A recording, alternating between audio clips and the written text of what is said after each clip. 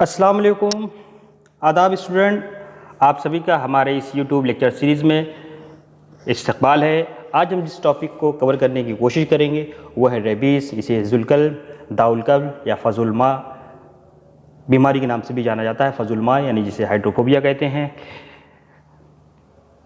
ये बीमारी कुत्ते के काटने से होने वाली बीमारी है जिसे रेबीज़ कहा जाता है। तिब में इसे दाउलकल कहा जाता है। असल में ये रेबीज़ वायरस की वजह से नमूदार होने वाला एक वायरल जूनोटिक यानी वायरस हैवानिया मर्ज होता है। कल्वी वायरस एक आरएनए वायरस है जो लिसा वायरस की जिन्स से ताल्लुक़ रखता है। इस बीमारी का शिकार होने वाले मेमेलियन,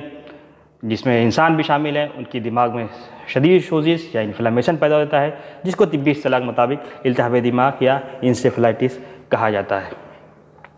यानी कि अगर अभी देखा जाए रेबीज़ क्या है स्टूडेंट, ये एक ऐसा वायरल इन्फेक्शन है जो बहुत ही मोहलिक होता है और इससे मुतासिर होने वाले लोगों में 99% की मौत हो जाती है। ताहम वैक्सीन की बर वक्त दस्तयाबी और कुत्तों की वैक्सीनेशन से इस पर 100% काबू पाया जाता है। अब आइए स्टूडेंट, हम अपने इस स्क्रीन पे देखें जो हमारा नोट लिखा हुआ है उसके अंदर ये है कि मरकज़ी ये रेबीज़ जो है मरकज़ी असाब निज़ाम की एक इंतहाई मुतअद्दी वायरल बीमारी है। इसे हाइड्रोफोबिया के नाम से भी जाता है। इंसान आमतौर पर बच्चों को नागवार जो पागल कुत्ते होते हैं, बावले कुत्ते होते हैं, ठीक है, जिनको ये बीमारी हो चुकी होती है जानवर के काटने से या उनके चाटने से, ये बीमारी बच्चे इसका शिकार हो जाते हैं।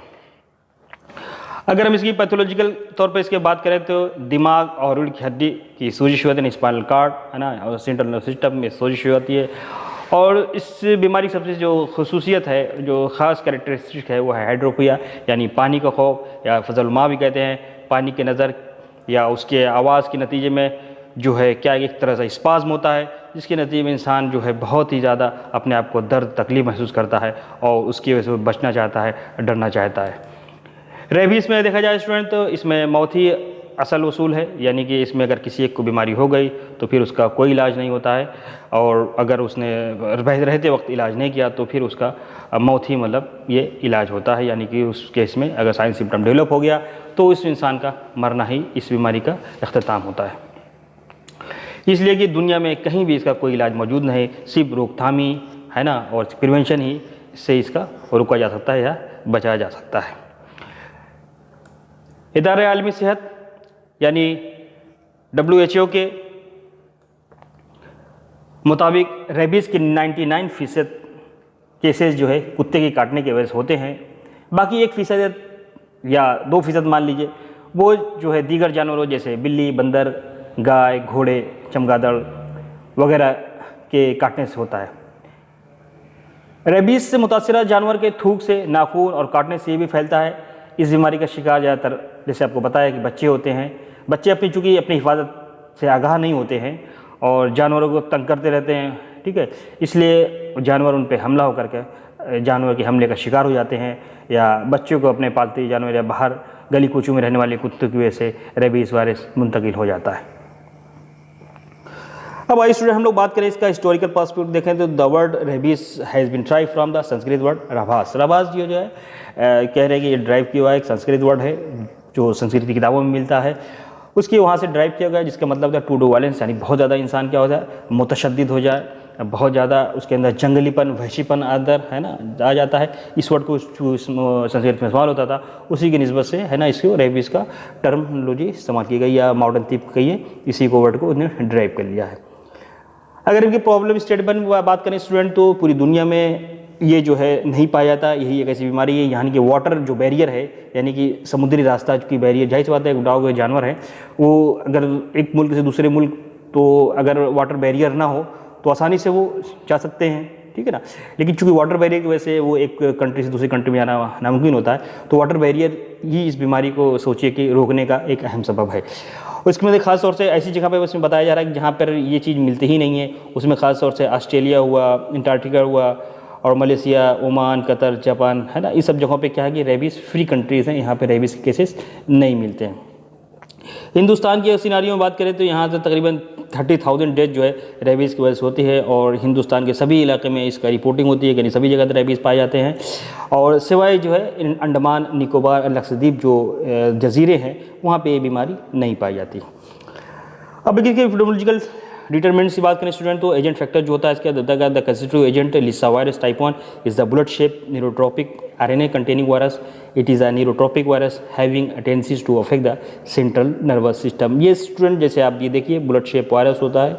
और इसकी ये खुसूसियत होती है, ठीक है ना, कि ये असेंड करता है और इसके अंदर स्पाइक्स लाइक जो है प्रोजेक्शन बने होते हैं और जिसकी वजह से क्या है कि ये नर्व से बाइंड करता है, नर्व सेल्स से बाइंड करता है। उसके बाद फिर एसेंट का नेचर होता है और ये फिर जो है हाँ मसल्स होते हैं। जैसे अभी आपको मैं बताऊंगा पैथोलॉजी, जब हम लोग इसके ताल्लुक से जो पैथोजेनेसिस के बारे में बात करेंगे वहाँ पर हम इसके बारे में आपको बताएंगे।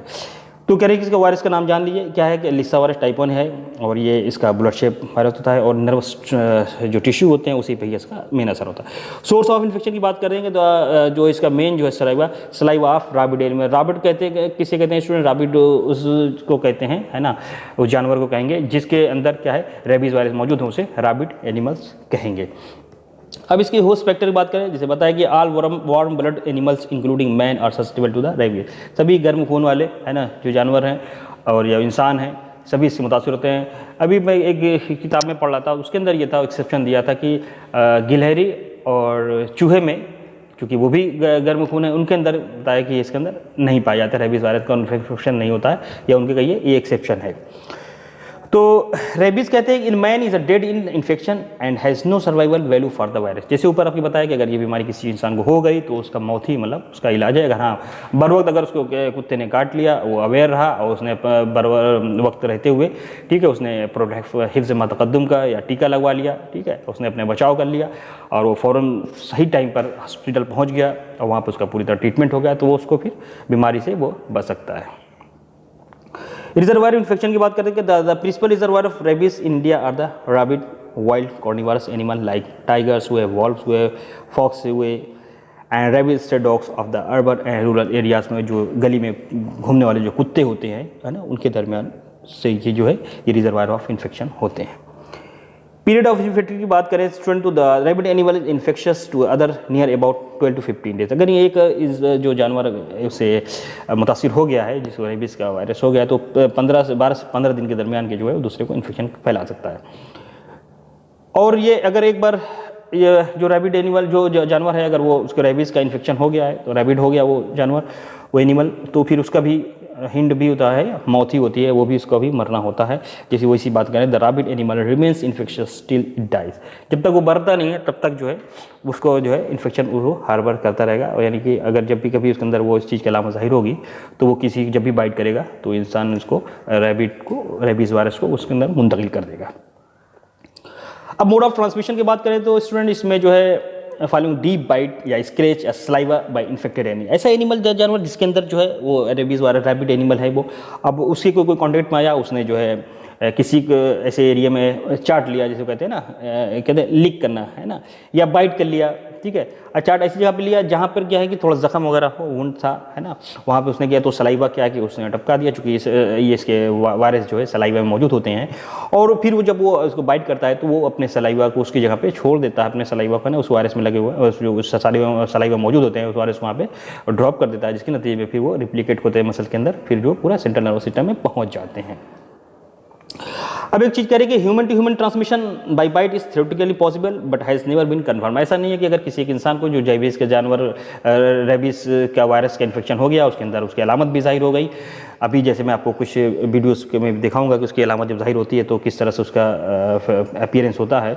वो मैं भी इसमें लेक्चर की वीडियो में ऐड कर दूंगा, वहाँ पे आप आसानी से देख लीजिएगा, है ना, उसका क्लिनिकल फीचर क्या होते हैं। तो मैं स्टूडेंट नहीं कर रहा हूँ कि ये ह्यूमन टू ह्यूमन के चांसेस तो हैं, क्योंकि जाहिर सी बात है कि अगर चूँकि वार्म ब्लड के अंदर वायरस ये होता है, अब एक इंसान जिसको ये रेबीज़ वायरस हो गया है तो अब वो क्या इसके चांसेस पॉसिबिलिटी है कि अगर वो दूसरे को बाइट करे तो क्या वो होता है ना, बच्चे खेलते रहते हैं एक दूसरे को आपस में बाइट कर, है ना, दांत काट लेते हैं, है ना, उनके, तो क्या अगर ऐसा जो है मौजूद है, अगर वो बाइट करे तो इन्फेक्शन दूसरे को कर सकता है? जी बिल्कुल पॉसिबल है, लेकिन कह रहे हैं कि थ्योरेटिकली ऐसा इम्पॉसिबल है, लेकिन कभी ऐसा ये केस देखा नहीं गया है। यानी कि जो जिस इंसान को जिस बच्चों की बीमारी होती है उसके अंदर ये टेंडेंसी नहीं होती कि दूसरे को काटे, है ना, और वो खुद कुत्ता बन जाए, ऐसा नहीं होता है। बाकी जो जानवर होता है, जो कुत्ता होता है, उसे ही जो है ये जब रेबीज़ वायरस का इन्फेक्शन होता है तो वही जंगली होता है ना, वही बावला होता है, वही हल्का होता है। ठीक है। लेकिन इंसान के अंदर जब ये डिजीज़ डेवलप हो जाती है, उसका अलामत ज़ाहिर हो जाती है, तो इंसान इस तरह से नहीं होता, खुद से डरता है वो, है ना। दूसरे को तकलीफ पहुंचाने से खुद वो तकलीफ नहीं पहुंचाता है, खुद को ही वो समझता है कि दूसरा इंसान मुझे तकलीफ पहुंचा रहा है।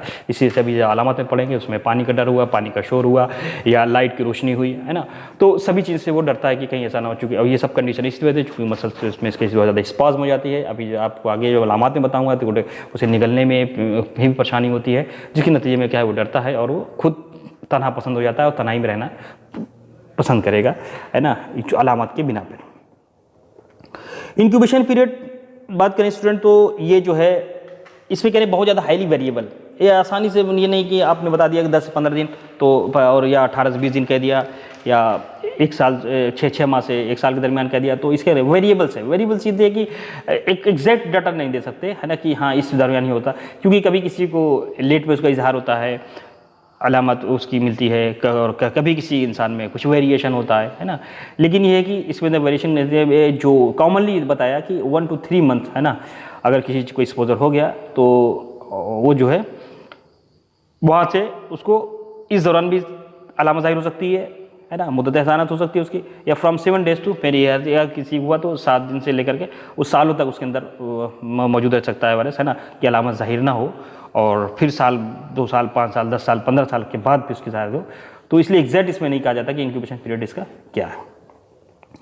अब स्टूडेंट हम लोग पैथोजेनेसिस की बात करें तो पैथोजेनिस क्या कह रहे हैं कि पैथोजेनिस, अब अगर आप इसमें डायग्राम में देखिए स्टूडेंट, तो ये देखिए ये डॉग जो है ये नंबर 1 पे देखिए आप, virus enter via animal bite, ये देखिए आप लेग में दिखा रहा है ना, लोअर लिम्ब का जो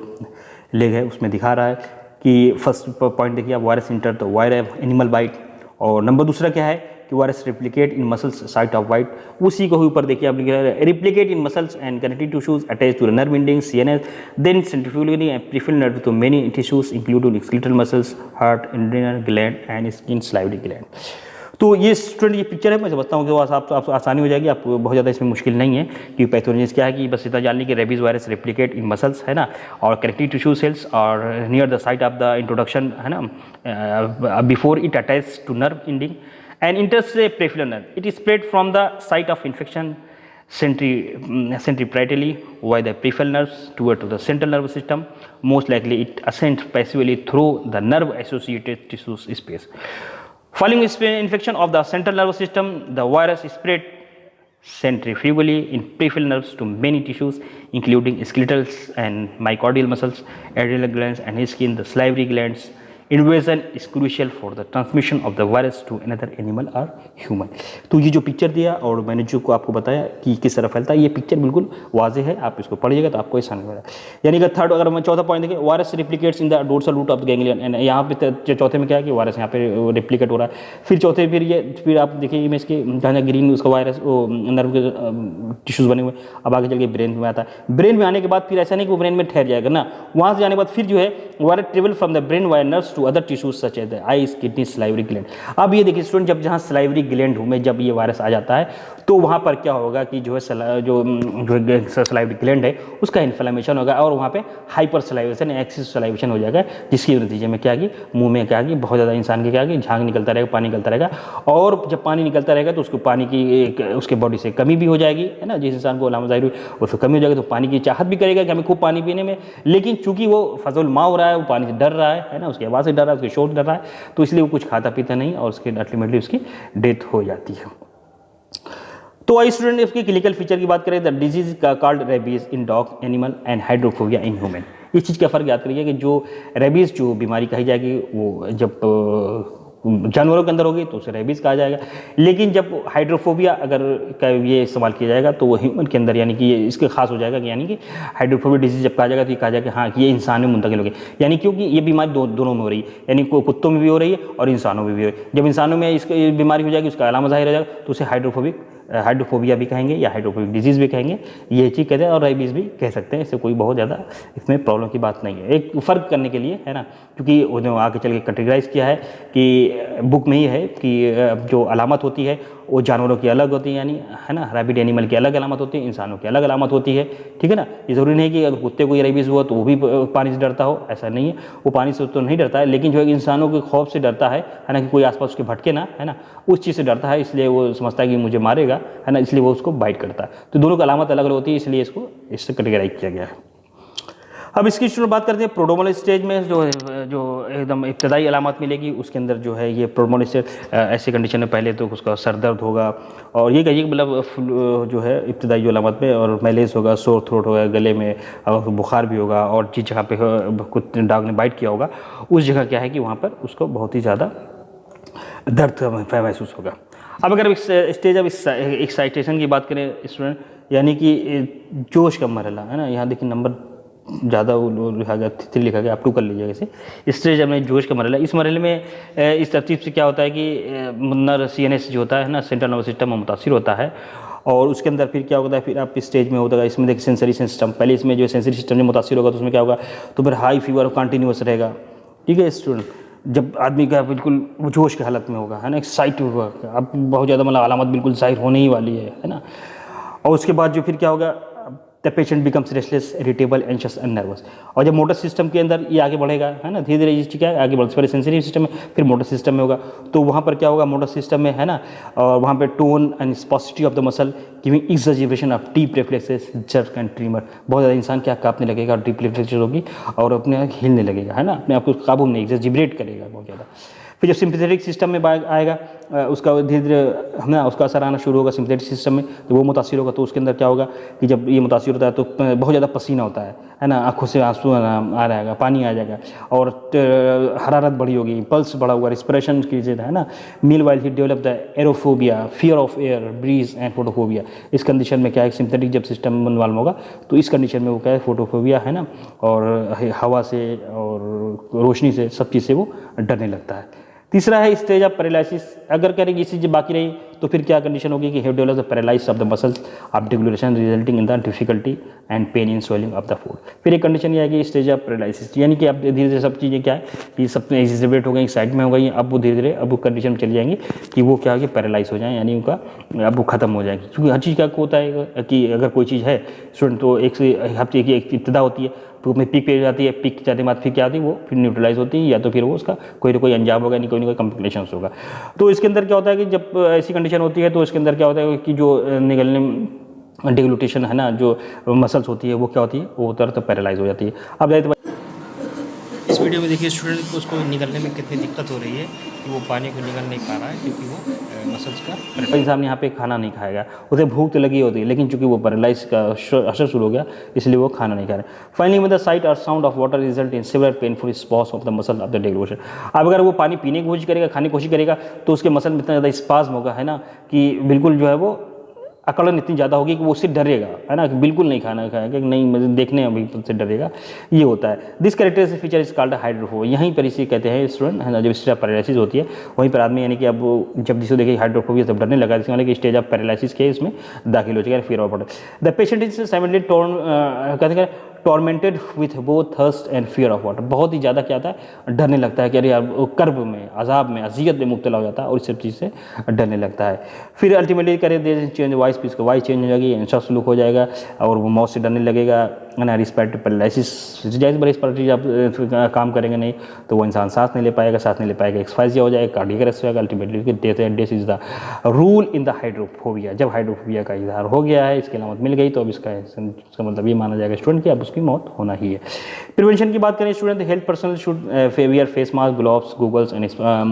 एंड एप्रन्स। जो मतलब जो ऐसे इंसान जो कि वेटनरी जिनको जानवरों से जो उसका कहते हैं ना कि जो जानवरों के डॉक्टर होते हैं, है ना, उनके लिए कि वो सब चीज़ें पर्सनल जो होते हैं, या जो लैब वगैरह में काम करते हैं उनके लिए करना है। और पर्सन हैविंग ब्रूस और कट और ओपन वुंड, है ना, interested to look after patient. तो अगर किसी इंसान में वो पेशेंट को देख भी रहे हैं तो फॉर उनको क्या करना, प्रिकॉशन लेना है, उस चीज़ को वॉश करना है, बहुत धोना है, तभी जो चीज़ें हैं उससे दूर हो जाएंगी।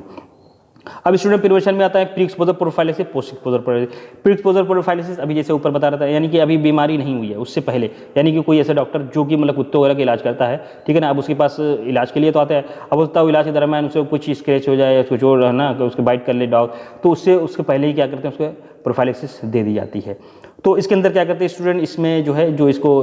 में दी जाती है, इसका शेड्यूल है जो है वो 28 डेज पे या 21 या 28 डेज पर इसकी वैक्सीन यानी कि 3 डोज दी जाती है। 071 की डोज होती है प्री एक्सपोजर प्रोफाइलेक्सिस में। अब अगर हम स्टूडेंट बात करेंगे पोस्ट एक्सपोजर प्रोफाइलेक्सिस में, उसमें क्या होगा, अब ये देखिए, आप ये डायग्राम देखिए, अगर आप किसी को डायग ने बाइट किया है ना, wash the wound with plenty of water and soap. फिर दूसरा क्या है कि अप्लाई एंटीसेप्टिक इवन अल्कोहल भी अगर मौजूद है, जो भी मौजूद है उस जगह पे इलाज करें। और do not cover the wound, और जख्म को जल्दी से न बांधने की जो है, क्योंकि अगर जख्म बांध देंगे है ना, तो फिर क्या है कि वो जो चूँकि इसका असेंड करता है इसका वायरस, तो वो जल्दी से है ना नर्व उसके के सहारे जो है पेरिफेरल नर्व के सहारे वो सेंट्रल नर्वस सिस्टम में पहुंच जाएगा। इसलिए इसको जख्म को बिल्कुल खोले रखते हैं, है ना, वेट करते हैं कि इसका जो है, अगर मान लीजिए ज़्यादा ब्लीडिंग होती रही, जाहिर सी बात है सूचरिंग तो करनी पड़ेगी, लेकिन ये थोड़ी देर उसका वेट किया जाता है ताकि जो है उसका ये कहते हैं कि suturing delayed if necessary done after 20-48 hour. फिर भी वेट किया जाता है, उसका सूचरिंग जल्दी नहीं की जाती है और उसका वेट किया जाता है। उसके बाद जो है वह 24-48 घंटे में फिर सूचरिंग की जाती है ताकि ब्लीडिंग से बचा जा सके।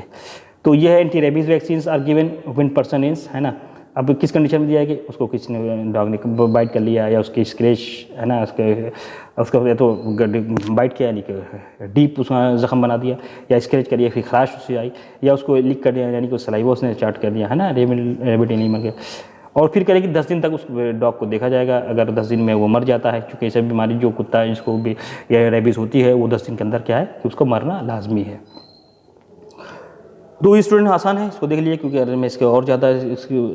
बात करूंगा तो वीडियो लंबी हो जाएगी। अब हम लोग बात करते हैं इंट्रामस्कुलर रेजिम, यानी कि पोस्ट एक्सपोजर प्रोफाइलेक्सिस बात कर रहे हैं स्टूडेंट। यानी क्या कि इसमें अब जो हम लोग जो है वैक्सीन करेंगे, ठीक है ना, वैक्सीन करेंगे, इसमें 2 तरह की हो जाएगी वैक्सीन, एक तो इंट्रामस्कुलर होती है, एक इंट्राडर्मल होती है। तो इंट्रामस्कुलर में हम जो है 5 देते हैं और 90 डेज़ पर क्या है 5 डोजेज देते हैं, 90 डेज़ पर जो है उसका बूस्टर डोज दी जाती है। तो अगर हम इसको इस तरह से आप ये देखिए 03714 आप हम इसको समझने की कोशिश करेंगे, और ये जो है WHO का स्टैंडर्ड है ना, एसएन शेड्यूल भी कहते हैं, है ना, उसी का रेजिम है। और ये IM दिए जाते हैं, इंट्रामस्कुलर दिए जाते हैं डेल्टॉइड में खास होते हैं, और बच्चों में जो है तो इंट्रोलेटेड एस्पेक्ट ऑफ थाइम दिया जाता है। 5 dose of vaccine should be given only, किस किस ऑन डे किस दिन 03728 and booster dose on 90 day. ये देखिए स्टूडेंट, ये कैलेंडर बना हुआ है, कैलेंडर में आप देखिए यहाँ पर आप ये देखिए, अगर मान ली किसी को डॉग ने बाइट किया कि जिस दिन बाइट का संडे का दिन था, और उस दिन उसने जो है उस वैक्सीन का टीका लिया, ठीक है ना, प्रोफाइलेक्सिस ली उसने, यानी IM जो लेगा, यानी इंट्रामस्कुलर जब उसको वैक्सीन लगेगी, तो पहले दिन क्या होगा, वो जिस दिन संडे था वो 0, उस दिन का जिस दिन बाइट किया है उस दिन अगर उसने इंजेक्शन लगवाया तो 0 दिन का काउंट होगा। फिर उसके बाद जो है मंडे ट्यूसडे छोड़ करके वेडनेसडे में यानी 3 डेज पे लेगा, ठीक है स्टूडेंट, पहले संडे को लिया, फिर उसके बाद 3 डेज के बाद लेगा वनडे, फिर उसके बाद फिर उसको आसानी से उसके आप याद रखना आसान हो जाएगा, यानी 7, 14, 28 डेज, यानी कि 21 पे नहीं लेना है, 21 डेज पे लेना है। तो इस तरह से 5 डोज उसे हो जाएगी। बस ये याद रखिएगा स्टूडेंट, आपको आसानी हो जाएगी कि जो पहला डोज होगा वो जिस दिन बाइट किया होगा, है ना, उसी दिन लिया, वो 0 डोज के काउंट, यानी अगर मान लीजिए जिस दिन बाइट किया उस दिन उन्होंने नहीं लगवाया, फिर उसने 2-3 दिन बाद उसको याद आया कि वो लोगों ने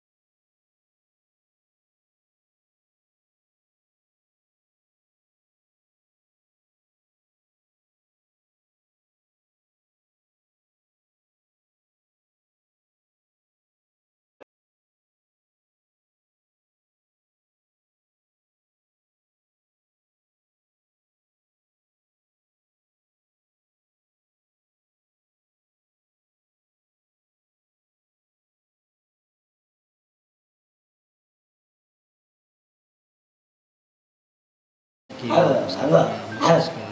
सिस्टम पूरी तरह डिस्टर्ब हो गया है।